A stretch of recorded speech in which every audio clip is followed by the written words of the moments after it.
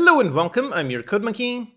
In this lecture, we're going to learn how to write custom override operators. These allow us to customize logic on doing various operations with our custom type. It allows us to support addition, subtraction, equals, and a bunch more. Okay, so here's some code. I've got a public class, resource amount. It stores a resource type and an int for the amount. Pretty simple. And up here, let's say I want to add one resource amount onto another one. So let's first make two. So resource amount, call it resource amount 1, and let's construct a brand new one. Let's say for the resource type, this one has wood, and for the amount, this one has something like 5. Okay, then let's make another one. So let's make resource amount 2. This one has wood, but has 12. Now what I want to do is actually add both them. So define another resource amount for the resource amount total, and make resource amount 1 plus resource amount 2. So basically I want the final result to have 12 plus 5 of wood. Except, nope, we cannot do this by default. If we mouse over, we can see we do have an error. So the operator plus, so for doing an addition, cannot be applied to things between resource amount and resource amount. So that is because our custom type, resource amount, this one does not support doing addition. But we can make it supported. So the way we do it is over here on the class. We define new function, let's make it public. Then for this one, it needs to be static. For the return type, let's return the exact same type, so also resource amount. And then we use the operator keyword. And then for the name of the function, in this case, the name is going to be the operation. So we want to do some addition, so let's use a plus sign. Yep, like this. And then we have our two elements as parameters. So we're going to have a resource amount for resource amount A, and another resource amount for resource amount B. And yep, this is the syntax. Now in here, we just do whatever custom logic we want. In this case, we want to add both amounts. So let's just return a new object, a new resource amount. And for the resource type, let's just grab the one from inside of A. And then for the amount, let's grab resource amount A.amount plus resource amount B.amount. And yep, that's it. And just like this, up here, our error is now gone. So let's do a log and verify that it does work. So a console.writeLine. Let's print out the resource amount total. Okay, let's see. And if there it is, the math is correct. So we've got wood, we've got 17 wood, so 5 plus 12, that is indeed 17. All right, awesome. So this is how you can support math operations in your custom types. And here, of course, you can write whatever logic you want. Like, for example, we can write some validation. So we can test, for example, if the resource type is the same. So grab the resource type, this one, and check if it is different from the one on B. So if these are different resource types, then over here, perhaps we don't just add them together. So perhaps we just return either A or B. So that's one valid option. Or perhaps we simply return null. That's also a valid option. Or perhaps we simply throw a new exception. This also works. Again, it's up to you to define whatever custom logic you want to do with all the operations of your custom type. And since we can implement a plus operation, as you might imagine, we can implement all the other ones. So we can implement this, addition, we can do subtraction, we can do multiplication, and we can do division. All of them works exactly the same. So it's a public static function, it returns the exact same type, it has the operator keyword, and then has the symbol for the thing, and then has an A and a B. So this syntax up here, that one covers all of the math operations. But then we also have equals. For example, up here, let's put the amount both exactly the same, so both are 5 wood. And now let's do a console.writeLine. Let's print out resource amount 1 equals resource amount 2. If we test this, if there it is, this one shows up as false. And the reason why it's false is because it's really comparing two references. These are two brand new objects, so they are completely separate references. So that is why this equals is returning false. But we can also override this. We can do it if, for example, we want to compare the data inside of it instead of comparing references. So we want to compare if the resource type matches and the amount matches. If so, this one should return true. So let's do that. Let's override over here the equals operator. And that works very much exactly the same thing. So let's make public static. And since this one is an equals, we're going to return a boolean, then operator, double equals.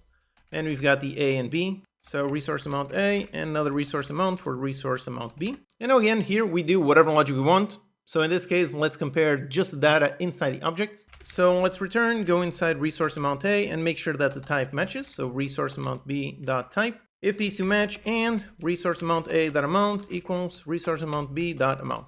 If both those matches, then this one does match. Now here we can still see that we have an error. And this is telling us that the operator, if we override the equals, we also have to override the not equals. So let's do that as well. And the syntax is pretty much exactly the same. And for the symbol is the not equals. And for this one, it's actually quite simple. We can literally just use the equals and invert it. So we can do return resource amount A equals resource amount B. So this right here is going to run this logic. And if we want the not equals, let's just simply invert it. So put inside parentheses and do a not. And yep, that's it. So with this done, now up here, if we have this one, Now it should be comparing the amounts inside of it, comparing the actual data inside the object instead of comparing just the references.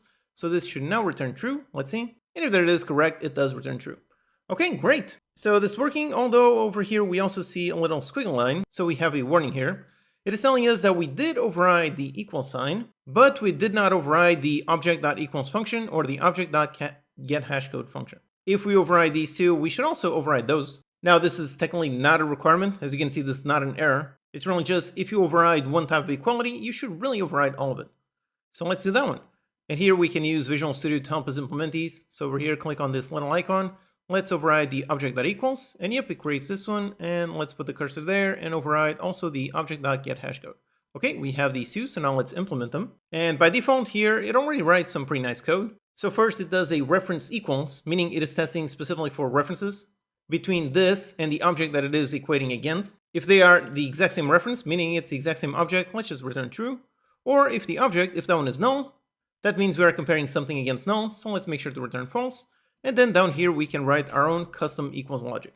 In this case, we probably first want to test for the type. So let's test if the object, if that one type is of type resource amount. If so, then it is the same type. And then we can just use this one equals that we override. So here we can just return this object equals. So we're going to use this operator equals, then object. We just need to cast this onto a resource amount. And if just like this. So if the object that we're comparing against is the same type, if so, we're going to run our equals logic. And if not, then it's a different type, so let's just return false. And if that's it, this is working perfectly. Now, by the way, this one does show a warning here. It is talking about the nullability of the parameter object. This is actually a setting inside of Visual Studio. Depending on how your project is set up, over here the equals will either be object or will be object nullable. So in this case, the project is set up to this, so that is why that showed up. But yep, all the code is exactly the same. So this should now be working, and up here we can test that one. So instead of using the double equal sign, let's call the equals function. So compare that one to that one, and it should be true. And if there it is indeed true. Great. And then down here for the get hash code, for this one, there are several ways of generating a hash code. And the simplest way is just with the hash code helper class. This one has a function. The function is called combine.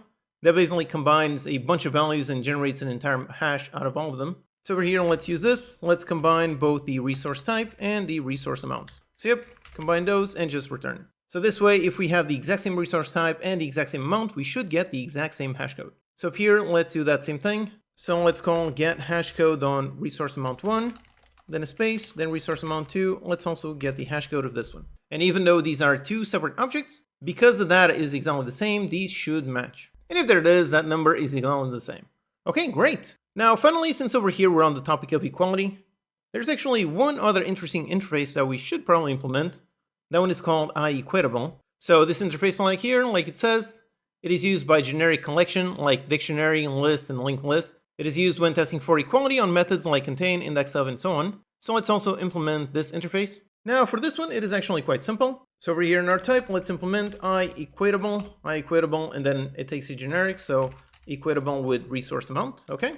And now this just requires us to implement one function over here, the equals. So let's implement this interface. So up here it is, it's an equal. So similar to this one with big difference. This one is the generic object equals, receives a generic, receives an object, whereas this one down here receives a resource amount. So here we can really just do the exact same thing, just do a normal equals. Since again, the project is set up to use these with nullable, let's first compare it against nullable. Compare the other with that one. If it is null, return false, okay. But if it is not null, then let's just return this equals the other. And yep, that's really it. So now for testing, let's go up here. Let's construct a brand new list. So a list of resource amount. So resource amount list, construct a brand new list. Let's initialize it with something. So let's initialize it with a new resource amount. And in this case, let's go resource type. Let's go, let's say gold. And then for the amount, let's say 12. Okay, that's it. So we stored this object inside of this list, and now we can go inside this list and call contains, and again the contains function, that one is going to run that logic. So you can call contains and construct a brand new resource amount. So let's do another one that is exactly the same, meaning it has the exact same data, but we are constructing a brand new object.